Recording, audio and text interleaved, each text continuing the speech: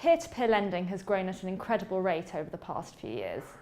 We ask our industry experts how they would describe the current state of the market. I think the peer-to-peer alternative lending market is in pretty good shape, just going into this new tax year. It was great to see the Innovative Finance ISA really start to take off. Just short of 50% of Downing investors are using it. Our guys are kind of used to all the tax incentives. So that really helps it get mainstream. And I guess the key change is probably that the financial advisors are finally sitting up and taking notice.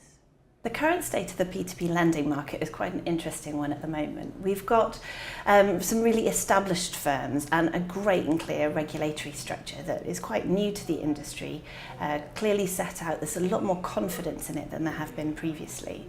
And I think that's really enabling some of the platforms out there to diversify even away from their core business model and try out some new and exciting ways of servicing their lenders or potentially their borrowers as well. And so we're seeing some really interesting innovations. But at the same time, there is extra burden that's come from some of the regulatory obligations. We're seeing some of the smaller platforms struggle with that, and also potentially kind of struggling with the lack of scale, which is really needed to make the business profitable.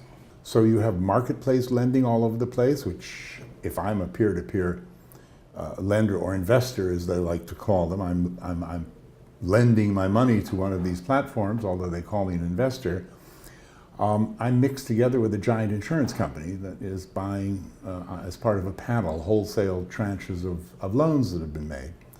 So one doesn't really know where one is, and I think that it's like Americans call up and say, how's the weather in Europe?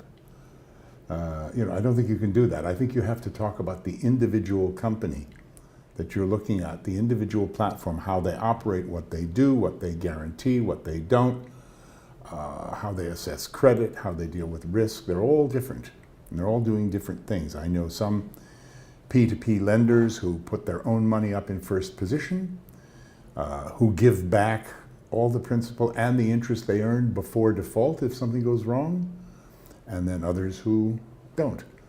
So it's become too diverse, with the big players going their different ways, to talk about it as an Uber. Oh, look how disruptive this thing is. It's changed because they're all different now. I think the peer-to-peer lending market has evolved enormously since the early beginnings of 2009 when I first started involved with it.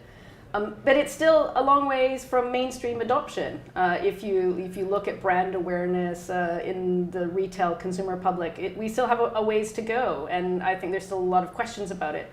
But I do think it will continue to grow and go from strength to strength.